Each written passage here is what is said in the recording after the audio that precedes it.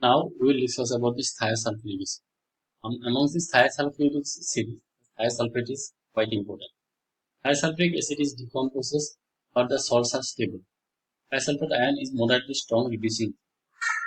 Aqueous thiosulfuric acid H2S2O3 decomposes rapidly in a complex process that produces a number of products such as sulfur, sulfur dioxide.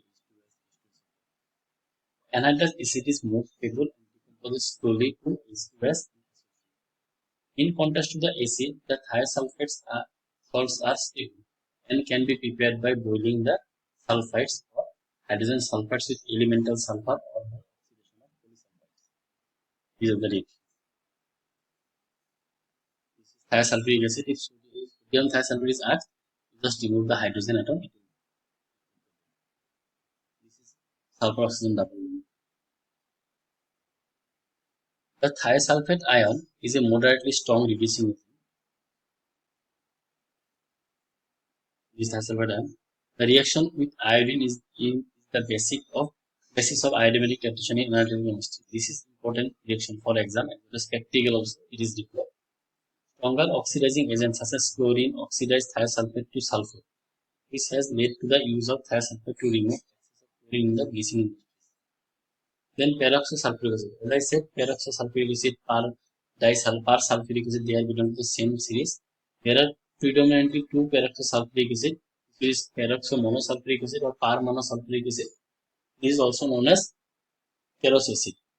It's a crystalline solid that can be prepared by reaction of H2SO4 peroxodisulfates or as a byproduct of the synthesis of H2SO4 by electrolysis of H2SO4. The salts are unstable and decompose, producing H2O. Peroxodisulfuric acid or par-disulfuric acid or Marshall's acid H2SO4 is also crystalline solid. Its ammonium and potassium salts are prepared on an industrial scale by the oxidation of ammonia and potassium sulfate. They are strong oxidizing and leaching agents. See the reactions. When K2S2O8 is heated, ozone and oxygen are. This is the structure. This peroxo acid is quite important for example. Then dithionous and dithionic acid. Dithionous and dithionic. Sulfur-sulfur bond is there. These are known as dithionous or dithionic series. Dithionite salts may be disproportionate, whereas dithionate salts may be oxidized or reduced. Neither anhydrous dithionous acid H2S2O4 nor dithionic acid H2S2O6 can be isolated. However, the dithionous and the dithionous salts are stable crystalline solids. Dithionides S2O4 2- can be prepared by the reduction of sulfide with zinc dust or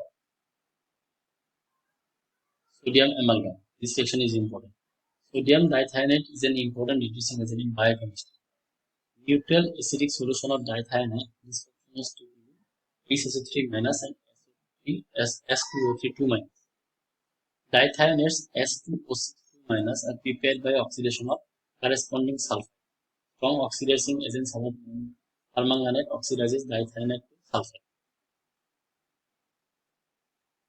Strong reducing agents such as sodium amalgam reduce SO3 2-.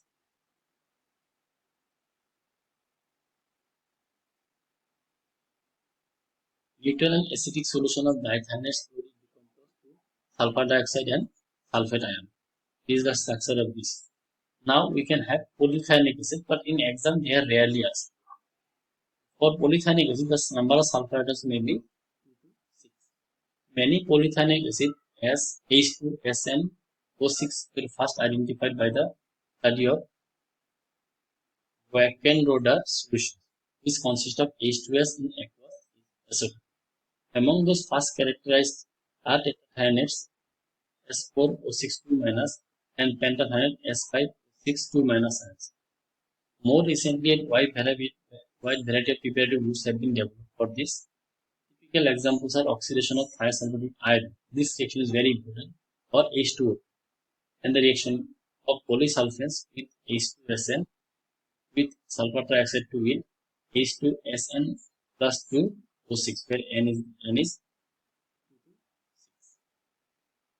This reaction is important. oxidation of thiosulfate with iodine or H2. Another important reactions. When polyanions are not required as per syllabus is concerned, then sulfur nitrogen compounds. Sulfur nitrogen compounds are very well given in these. Herein also some information is there, but reactions are less. Reactions preparation are generally asked during answer. If you go to the question paper, you'll find that. Neutral heteroatomic ring and cluster compounds of the p-block elements into P4S and cyclic S4 and disulfur dinitride transform into polymer is superconducting at very low temperature. Sulfur nitrogen compounds structure that can be related to the polycations and discussed above. The oldest known is S4N4. It is known as tetrasulfur tetranitrate. How can it be prepared? It can be prepared by treating sulfur dichloride with ammonia. Even with ammonium chloride also, you can get the similar kinds of product. Tetrasulfur tetranitrate is an endergonic delta Z positive and may decompose exclusively. The cradle-like molecule, the cradle-like this portion, the cradle-like molecule is an 8-member ring, while the 4 nitrogen atoms in a plane and these sulfur atoms are project above and below the plane. Short sulfur-sulfur distance suggests that there is a weak interaction between the pairs of sulfur atoms. Lewis acid such as BF3, SBF5, sulfur trioxide form 1:1 complexes with one of the nitrogen atom in the process the sulfur S4 and 4 ring clearance. Sometimes the question asked in such a way that expansion of the ring and reduction of the ring. Some reactions. Collect those reactions. Disulfur dinitride is formed when S4N4 vapor is passed over hot silver. Although it is not in syllabus, but it is important because it undergoes polymerization to give SN whole N, which is very useful product, so you have to study these also. But in syllabus, this is not mentioned. It is formed when S4N4 vapor is passed over hot silver. It is even more sensitive than its precursor and explodes above room temperature. When allowed to stand at 0 degree centigrade for several days, disulfur dinitride transforms into the bronze-colored polymeric compound SN whole N. This is much more stable than its precursor, not exploding until 240 degrees centigrade. The compound exhibits metallic conductivity along the chain axis and becomes superconducting below 0.3 Kelvin. That means at very low temperature, it has this superconducting ability. The discovery of this superconductivity was important because of which it was the first example of superconductor that had no metal constituent. Sometimes one mark question may also be asked from here. Its halogenated derivatives can also be synthesized, but from syllabus point of view, they are not required. Treatment of S4N4 with ICl, IBr, IT produces highly conducting non-stoichiometric polymers with conductivity greater than 16 order of magnitude. The compound S4N2 can be prepared by treating S4N4 with carbon disulfide. This is not very much asked during exam.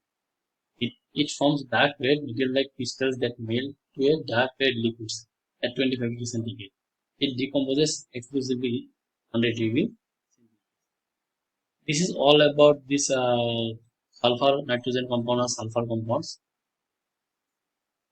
You should go through the different books, collect different reactions, preparations, properties, structures, and bonding for each of the compound that we have discussed. And one more thing I would like to know, although there are a number of reactions, the reactions which are important from important from synthetic point of view or giving some exceptionally useful product, or there is some exceptional reaction we should not be, but it is occurring like that. Those kinds of questions are most asked during exam.